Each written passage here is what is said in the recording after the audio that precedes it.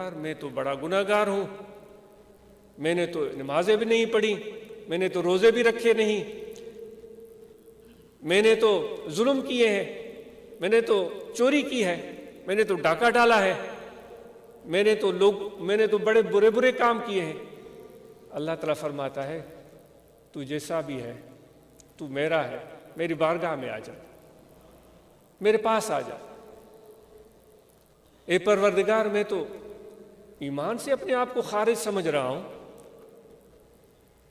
میں تو مسلمانی کی حقیقت جو ہونی چاہیے وہ میرے اندر اس کی بو بھی نہیں ہے۔ اللہ تعالیٰ فرماتا ہے اگر تو اسلام سے نکل بھی گیا ہے تو بھی میرے پاس آ جا۔ لا تقنطوا من رحمت اللہ ان اللہ یغفر الذنوب جميعا۔ اللہ تعالیٰ خود اعلان کرتا ہے میری رحمت سے کبھی بھی مایوس نہ ہو۔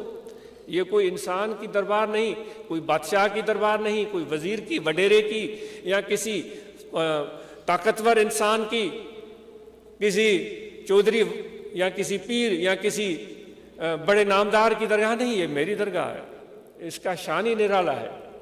کبھی بھی میری رحمت سے مایوس مت ہونا، تم جیسے بھی ہو میرے قریب رہو، میری درگاہ میں رہو، میری بارگاہ میں رہو۔ تو یہ صرف ایک کام ہم کرنا چاہتے ہیں۔ اللہ تعالیٰ جی جو چاہ رہا ہے کہ میرے قریب رہو، بس یہ کام ہمیں کرنا۔ اور پھر ہمیں مرشد نے کیا بتایا؟ جیسے ہی تم ذکر کرو گے تو اللہ تبارک و تعالیٰ کی بارگاہ میں تم یاد کر دیے جاؤ گے۔ یاد کون ہوتا ہے؟ وہی ہوتا ہے جو قریب ہوتا ہے۔ تو اس لیے سب سے پہلی بات یہ ہے کہ ہم اللہ تعالیٰ کی اس پسند کو اور چاہت کو سمجھنے کی کوشش کریں کہ جو بھی حال ہے، جیسا بھی حال ہے، ہم اس کی بارگاہ میں رہیں، اس کے حضور میں رہیں۔ اور اس کا حضور کیسے ملے گا؟ جو خدا سے پیار کرتے ہیں، جو خدا کو پہچانتے ہیں، جو اللہ سے محبت کرتے ہیں، جب ان کے قریب آ جاتے ہیں تو ہم خدا کی بارگاہ میں پہنچ جاتے ہیں۔ تو اس لیے یہ صحبتیں، یہ طریقت، یہ تصوف، یہ محبت، یہ ادب، یہ اس لیے ہوتا ہے۔ جتنے بھی ہم احباب یہاں بیٹھے ہیں، آپ اور ہم سب کو معلوم ہے کہ اس وقت ہمارا یہ خطہ سندھ، بلوچستان، کچھ پنجاب کے علاقے کس مشکل صورتحال سے دوچار ہیں۔ اس کا تذکرہ ہم تقریباً ہر روز یہاں سنتے تھے۔ دوست تقریباً گزشتہ کچھ دنوں میں تشریف لاتے رہے اور وہ بتاتے رہے کہ ہمارے علاقے میں اس طرح کی صورتحال ہے، اتنا پانی آ گیا، اتنے گھر ڈہ گئے، اتنے لوگ بے سر و سامانی کے عالم میں ہیں، ان کے جانور مال مویشی مر گئے، ان کے بچوں کی وفات ہو گئی، ان کے کھیت کھلیان وہ پانی کی زیادتی کی وجہ سے وہ ان کی فصلیں برباد ہو گئیں، اور وہ بیچارے اس عالم میں ہیں کہ یہ بھی سننے کو ملا یہاں قریب کا واقعہ، کنڈیارو کے قریب کا واقعہ، کہ اس قدر پانی تھا ہر طرف کہ اس قسمہ پرسی میں بچے کی وفات ہو گئی، اور ان بیچاروں کو تدفین کی جگہ نہیں مل رہی تھی کیونکہ ہر طرف پانی ہی پانی تھا۔ اس بچے کی قبر کیسے کھودیں، اس کی تدفین کیسے کریں؟ ہر طرف پانی ہی پانی تھا۔ جس طرح حاجی جاتے تھے سمندر کے ذریعے حج کے لیے، تو جب ہمارے حضرت بھی گئے تھے تو انہوں نے بھی یہ بتایا تھا کہ جب حضور سنا سے رحمۃ اللہ تعالیٰ علیہ کہ ہم حج پر گئے تو راستے میں ایک عازمین حجاج میں سے ایک شخص کا انتقال ہو گیا، تو فرماتے ہیں ان کا جنازہ ہوا اور پھر اس کو سمندر برد کر دیا گیا، پانی میں اس کو ڈال دیا گیا۔ میں نے بچپن میں یہ بات سنی تھی، میرے لیے ایک بڑی اچنبھے کی بات تھی۔ تو یہاں ایسا ہی عالم تھا، اتنا پانی تھا کہ ان کے لیے تدفین کی جگہ میسر نہیں تھی۔ تو جماعت کے احباب آج مل جل کر اس پر غور و فکر کر رہے ہیں کہ ہم اس صورتحال میں ان متاثرین کی کیسے مدد کر سکتے ہیں، اور ہم سب اپنی طرف سے جو بھی کر سکتے ہیں اس معاملے میں کسی پس و پیش سے کام نہ لیں۔ جو ہمارے آس پاس ایسے صاحب ثروت لوگ بستے ہیں تو ان کے ذریعے ان لوگوں کی مدد کریں، اپنی طرف سے ان لوگوں کی مدد کریں۔ یہاں ایک دوست آیا تھا، اس نے بتایا کہ ہمارے علاقے میں اتنی زیادہ سیلابی صورتحال پیدا ہوئی کہ لوگ بیچارے بے گھر ہو گئے۔ ہم نے ان کو کسی جگہ پر سائبان فراہم کیا، سرکاری بلڈنگ تھی یا کوئی پرائیویٹ بلڈنگ تھی، ان کو صاحبان فراہم کیا، پھر ان کو کھانے پہنچائے۔ پھر میں نے دیکھا کہ 10-15 دن گزر گئے ہیں، بیچاروں کے لیے کوئی روزگار کا موقع ہی نہیں بن رہا ہے۔ حالات ہی ایسے نہیں ہے کہ وہ جائیں اور کچھ محنت مزدوری کریں اور اپنے لیے کچھ روزی روٹی کما سکیں۔ تو اس کے دل میں یہ احساس پیدا ہوا کہ میرے گھر کے اندر گندم پڑی ہوئی ہے۔ ہمارے دیہات کے لوگ ہم سب ایسے ہی کرتے ہیں، جب گندم کا فصل پک کر تیار ہوتا ہے تو پھر پورے سال کی گندم لے کر گھر میں رکھتے ہیں کہ بھئی ہمیں درمیان میں کبھی بھی کہیں ضرورت خریدنے کی نہ پڑے۔ تو وہ کہتے ہیں کہ میں نے جا کر اپنے گھر کے اندر چیک کیا، وہ سال کی گندم موجود تھی۔ میں نے اس گندم میں سے وافر مقدار جتنا بھی مجھ سے ہو سکا وہ نکالا، اپنی بیوی سے مشورہ کیا، اپنے بچوں سے مشورہ کیا، وہ گندم لے کر میں ان کے پاس گیا کہ آپ کما نہیں سک رہے ہیں تو یہ گندم آپ کے لیے حاضر ہے، آپ جائیں اور اس کے ذریعے اپنی بھوک مٹائیں، اپنی ضرورت پوری کریں۔ یہ تو میرے نبی علیہ الصلاۃ والسلام کا بتایا ہوا طریقہ ہے، یہ آپ صلی اللہ علیہ وآلہ وسلم کی تربیت تھی۔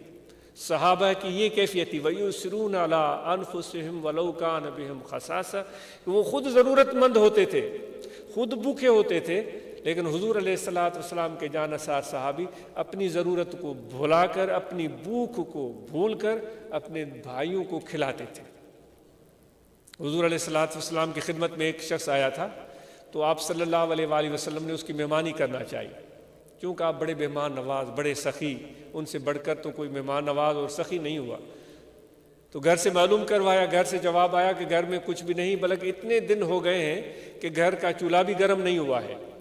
تو آپ صلی اللہ علیہ وآلہ وسلم نے صحابہ کی طرف دیکھا، اس مہمان کی طرف فرمایا کہ یہ ہمارا مہمان ہے، آج اس کی کوئی میزبانی کرے گا ہماری طرف سے، کیوں گھر سے صورتحال سامنے آ گئی کہ کوئی چیز کھانے کے لیے نہیں ہے۔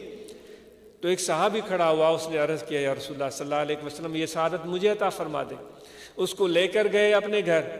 گھر کی صورتحال یہ تھی کہ اتنا سا کھانا تھا کہ جس کے ذریعے وہ اپنے بچوں کا پیٹ بھر سکتے تھے، ان کے چھوٹے بچے بھی تھے۔ تو ان کی بیوی کہنے لگی کہ یہ تو یہاں ہمارے پاس تو اتنا قلیل مقدار میں کھانا ہے کہ ہمارے بچے بھی نہیں پیٹ بھر سکتے، اوپر سے آپ مہمان لے کر آئے۔ اس کو بتایا کہ یہ کوئی عام مہمان نہیں ہے، یہ حضور علیہ الصلاۃ والسلام کا اپنا مہمان ہے، انہوں نے مجھے عطا کیا۔ تو پھر یہ قصہ مختصر، وہ کہتے ہیں کہ وہ بچوں کو کسی بھی طریقے سے چھوٹی موٹی چیزیں دے کر ان کو سلا دیا۔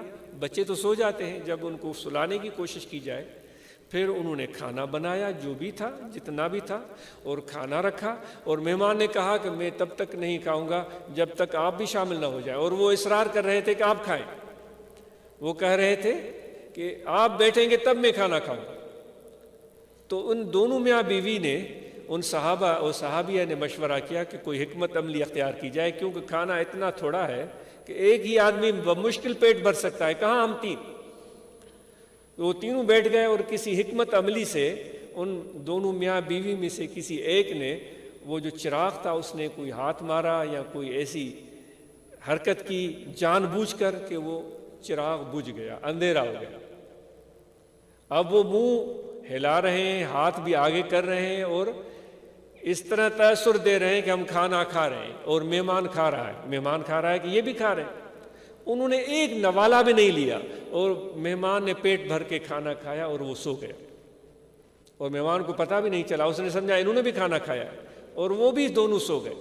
جب صبح کے صبح وہ صحابی اس مہمان حضور علیہ الصلاۃ والسلام کو لے کر آپ کی بارگاہ میں پہنچے، جیسے ہی پہنچے انہوں نے تو ذکر بھی نہیں کیا کہ ہمارے بچے تھے، وہ بھوکے تھے، ہم میاں بیوی تھے، ہم بھی بھوکے تھے، کھانا تھوڑا تھا۔ ہم تو بڑی کہانی بناتے ہیں، میں اپنی بات کرتا ہوں، مجھے بڑی شرمندگی ہوتی ہے، ہم بڑی کہانی بناتے ہیں، میں نے یہ کر دیا، پھر میں نے وہ کر دیا، پھر میں اس طرح کیا، میں نے پھر اس طرح کیا۔ وہ بڑے ادب سے، خاموشی سے، یہ آداب نبوی تھے۔ مہمان کو پہنچایا، بڑے خاموشی سے بیٹھ گئے۔ اتنے میں اللہ تعالیٰ کی طرف سے جبرائیل امین یہ آیت کریمہ لے کر نازل ہوئے کہ اے میرے نبی، تمہارے دوست تو اتنے پیارے ہیں، اتنے اچھے ہیں، وہ خود بھوکے سو جاتے ہیں، مہمان کو کھلا دیتے ہیں۔ حضور علیہ الصلاۃ والسلام یہ آیت کریمہ صحابہ کو سناتے بھی ہیں، اور اس اپنے دوست سے پوچھتے بھی ہیں کیا ایسا ہوا ہے؟ تو وہ صحابی اپنی اس مہمان کے سامنے اس چیز کا اظہار نہیں کرنا چاہتا تھا، لیکن خدا کی طرف سے اعلان ہو گیا۔ یہ کتنی بڑی بات ہے۔ ہمارے لیے یہ بڑی بات ہوتی ہے کہ ہمارے پیٹھ پیچھے ہمیں کوئی اچھے لفظوں میں یاد کرے۔ کہتے ہیں کہ بھئی اگر آپ کے اوپر صاحبان ہے، گھر میں کھانا ہے، لباس پہننے کو ہے، آپ کا اخلاق اور عادات اچھے ہیں، لوگ آپ کے پیٹھ پیچھے آپ کی شکایت نہیں کرتے، تو یہ بھی اچھی بات ہے، یعنی آپ ٹھیک جا رہے ہیں۔ لیکن اگر آپ کے پیٹھ پیچھے آپ کو اچھے الفاظ میں یاد کرتے ہیں، بھئی وہ سخی ہے، وہ مہربان ہے، وہ بڑا اچھا انسان ہے، درد مند دل رکھتا ہے، تو کہتے ہیں یہ انسان کی کامیابی ہے، یہ ایک انسان کی کامیابی ہے۔